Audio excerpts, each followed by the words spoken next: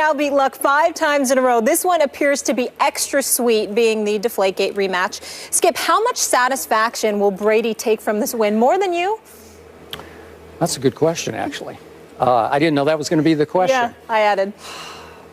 Stephen A., I believe that Tom Brady took a huge amount of satisfaction from what he and his team achieved last night, and he's not going to show you 1 ounce of it. I believe he knew going in it was going to be much tougher than most people thought it was going to be. And I believe that going in, he did not want to make this his team's Super Bowl crusade game against the whistleblowing, sorry Colts that they were.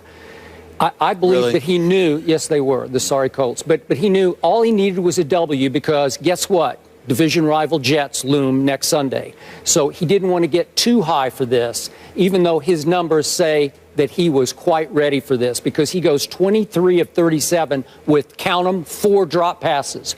4 drops. He throws for 312 yards that easily could have been 350 yards. 3 touchdowns and 1 interception that was the most unfair interception, quote unquote, I think I've ever seen because obviously he hit Julian Edelman right in the hands and it's this and up in the air and it goes for a pick 6. And remember, he showed you, and he mentioned after the game that he showed you some pocket movement that you don't always see from the guy that is often ridiculed as the unathletic dork that a lot of people think that Tom Brady is. And I thought he was masterful in the pocket and occasionally moving out of the pocket last night. You're not going to give him that, but he was. And that was after he lost his 2nd left tackle. Most teams couldn't overcome this. 2 left tackles gone in back-to-back weeks. Are you kidding me? You throw some kid in the game who's never even played, they move him to right tackle, and then they just try to figure it out from there on. So sometimes Tom Brady is literally running for his life, but you don't know that because he's quicker and more athletic than most people give him credit for. But here's what I love the most about Tom Brady last night. We did not ever see Psycho Tom. He showed no emotion all night because I think he was fearful of being too hyped for that game. So he wanted to rein himself back in, stay under control in a hostile environment, and surgically carve up the Colts. And that's exactly what he did. No trash talk, no pointing. The only emotion they showed all night was Julian Edelman off the first touchdown, ran to the back wall and just fired it against the Colts. He spiked it off the Colts sign on the back of the stadium wall. We can see that right now. And in the end, I got to say this. The bottom line to this game, allow me, just indulge me this, was that the Patriots have a quarterback who's much better than the 4th-year Indianapolis quarterback. And I know Andrew Luck was supposed to be banged up shoulder going into last night. I thought he was throwing it just fine. I didn't see any pain in his shoulder. It didn't indicate itself in the way he was throwing the football. But I got to tell you, he's just extremely overrated. There's another big game that Andrew Luck came up small in. He was wild high a lot of the night. When it was time for him to make big plays, he did not make big plays. They had a 1-point lead at halftime, and through the 3rd quarter and much of the 4th, he struggled.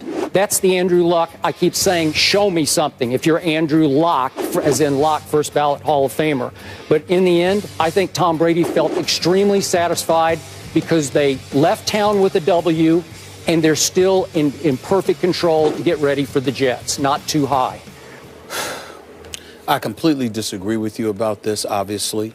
Let me say this. You know, it's really, really interesting. You know, when you're great, Skip, you don't need somebody bloviating about how great you are, where they take every little minute thing and blow it up to astronomical proportions. Tom Brady moved around in the pocket. He was brilliant. Oh, stop. Did you watch? Yes, I watched the whole game. Well, then you must have missed those plays. It's not that I missed those plays. It's that they didn't look spectacular. They looked like Tom Brady.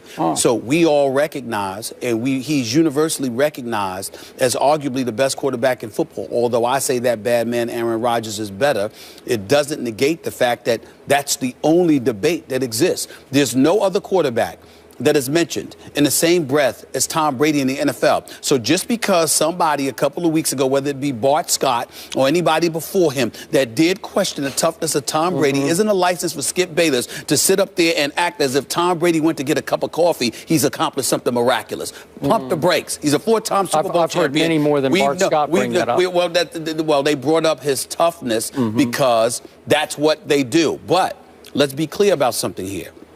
when you play the quarterback position, one would argue you're one of the toughest people there is because you're not hitting. You're standing back there completely vulnerable and to some degree exposed, and you're taking hits without inflicting punishment. So as far as I'm concerned, that would require a level of toughness, which obviously means that any quarterback, even the Jay Cutlers of the world, are tough to sit up there and take some hits. So let's get that out the way. Now we get to Tom Brady and his level of satisfaction or lack thereof. I don't think Tom Brady was satisfied at all. You think that he was incredibly satisfied, but he's not showing it. I don't think he was satisfied at all. I'm going to go along the lines of his daddy. You understand? Tom Brady's father, who talked about how he wanted his son to put up 60. Well, that doesn't mean his son wanted to put up 60. Really? Right? Really? You're going to sit up there with a straight face and say that? You're going to sit up there and say that Tom Brady didn't want to put up 60? Well, I don't know how realistic it was to put up 60. I'm not saying, we're not debating the realistic proportions of it all. What do you want to put up? Of course. You want to put up exactly. 80. Well, that's what his daddy said, all right? So don't refute that. That's obvious. He wanted his son to put up 60. Tom Brady probably wanted to do the same. I think that Tom Brady wanted to annihilate the Indianapolis Colts last night. I think the fact that the game was as competitive as it was a disappointment to Tom Brady. I think that Tom Brady wanted to do to Indy what they did to Buffalo over the first 3 quarters in week 2. I think it was that kind of momentum, of motivation that was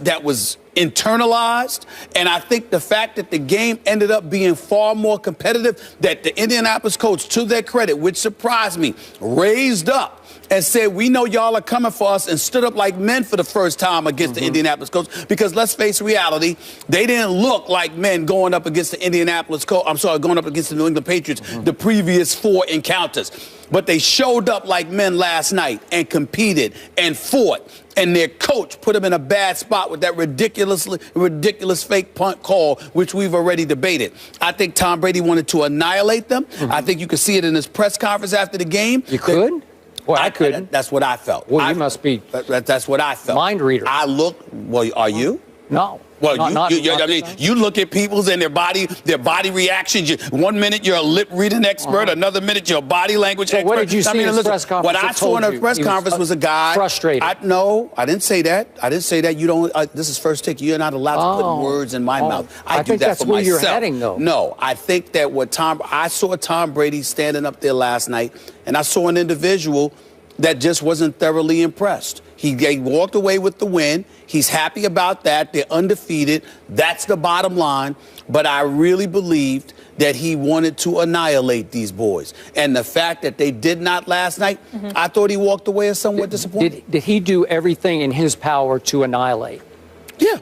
Did he play well enough to annihilate, right? Yeah, I'm saying it's a team effort. But I'm saying he wanted to annihilate. Okay. He wanted a blowout. But he couldn't be upset with his own performance. No, I didn't say that. Form. I just said, what did I say? Well, I don't know what you said. Well, then I'll be quiet then. Because clearly you don't understand me. I did say on several occasions he wanted a blowout. Yeah. How you don't understand that language is beyond me. So, I did say a blowout. So how, did I not say that? How frustrated could you be if you played your A game and the score was close? You want to blow somebody out, Skip? You can't understand that? That you want to blow somebody up, that you want to demoralize them, that you want to stick your proverbial foot on their proverbial throats and stomp them into the ground for all the negative publicity they brought your way? The fact that the entire offseason we weren't talking about you as a Super Bowl champion, that instead we were talking about you and Deflategate? You trying to tell me? I'm saying, what? Tell me, you can disagree all you want to, but tell me what is difficult to comprehend about the fact that the man wanted an annihilation. He wanted to see your head down in the second quarter and the third quarter. He wanted to see you blown out. He wanted to see you beat down. He wanted to stomp you into the ground and embarrass you. How is that difficult to understand that he could have wanted that? Okay. How is that? Because if I knew it was going to be a close game, trust me, he knew it was going to be a battle. Okay. So the Patriots average just to win. The Patriots sitting up there. What was the average score they beat Indy by? 48-17. 48-17. Yeah. So 48-17, but he knew it was going to be he knew it was going to be a tight game. Because they're going to play what you just said. They're going to play with their pride. They're going to play like men. They're going to play to not be embarrassed. That's what they're going to do. And their coach embarrassed them. I've seen Rex Ryan bloviate and brag about pride and manhood and everything else that you wanted to sit up there and throw in an opponent's face, and Tom Brady go out there and annihilate them. Yeah. I've said, well, Tom Brady throughout his career has beat down plenty of folks who swore they would be ready for the Patriots, and they are ready. So all of a sudden, the encyclopedia on Tom Brady all of a sudden forgets that that doesn't apply to Tom Brady now. Here's why he took such satisfaction. Did you see what his coach did after the game as Tom Brady was leaving the field? I did not. Okay, for the first time that I can ever remember, maybe it's happened once before, but I don't know it, Bill Belichick went after Brady as he left the field to give him a quick hug. Well, he doesn't hug his quarterback on the field in front of the cameras unless it's a very special thing that has just happened. So he went and hugged him because he knew Tom Brady had done everything in Tom Brady's power to extract revenge on the Indianapolis Colts. And he did his part. He couldn't do any more.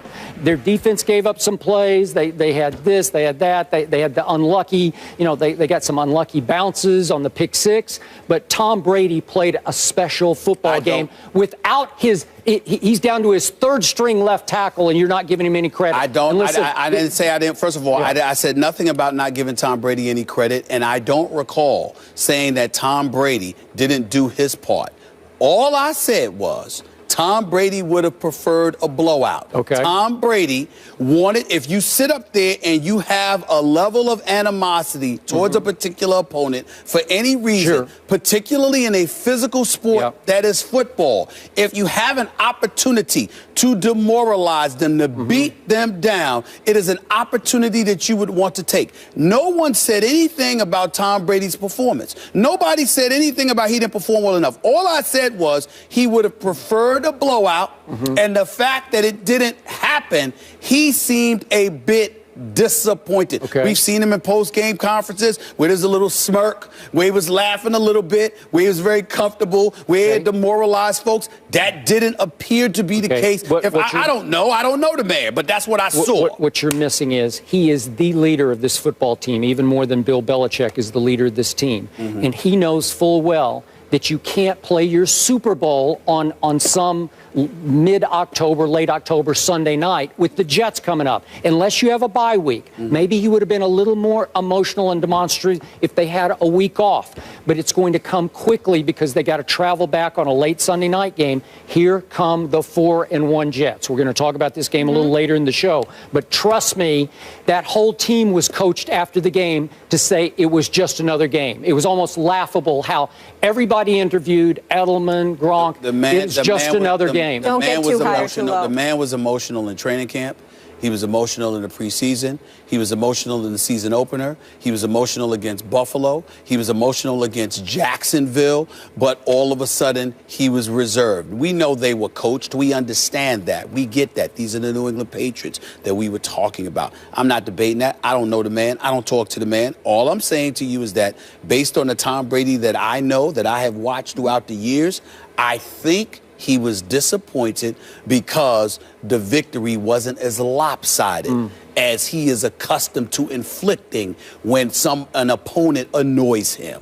That is undoubtedly so because we have seen how he has reacted when challenged in the past. And I say if he had missed 7 or 8 passes and thrown a couple of picks and played the way he did against the Chiefs in Kansas City when they fell to 2-2 last year on Monday night, remember that? Then he would have been very frustrated and disappointed after the game. But you think he's very satisfied? Yes. Not so much. Would have liked more of a decisive win. Got the victory, right? 2009, the last time the Colts beat the Patriots, so Luck didn't get the monkey off his back, but Cam did. Cam Newton goes Superman against the Seahawks in Seattle, but did the Panthers win it